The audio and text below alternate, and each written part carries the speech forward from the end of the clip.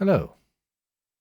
So you are going to have your first consultation with a lawyer. And the question is, how do you prepare to use your time as efficient as possible, especially remembering that usually it's expensive?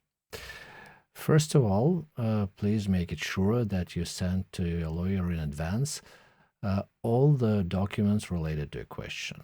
So if it's a succession question, send a copy of the will, a copy of the will search certificates if you have them, whatever about that. If you already requested something from the liquidator, written copies of that.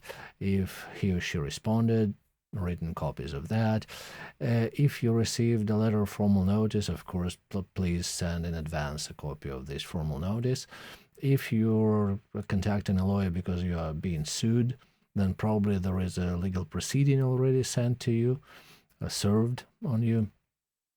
So it would be a very good idea to send a copy of that proceeding and all the exhibits in advance. If it's a contractual question, send a copy of your contract.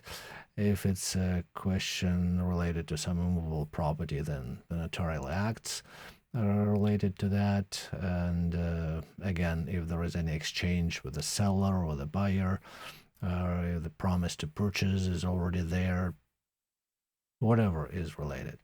If it's a question of latent defect, vis cachée, then again, please send pictures, description. If there is an expert report, then a copy of that report, inspection report, so on, so on.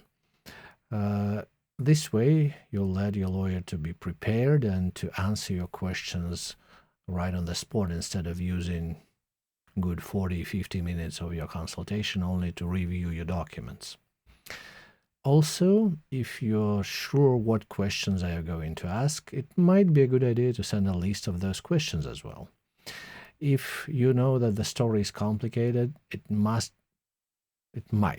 maybe not must, but it might be a good idea to send a short explanation, a short description of the story with dates and facts and your comments about that. So again, that the lawyer would know what exactly you're going to ask and why, and what is the difficulty, and so on and so on.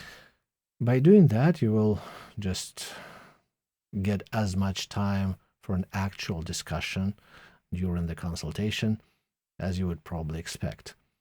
So all in all, it's in your interest to send all those documents in advance, to send all the information in advance, to send the questions in advance.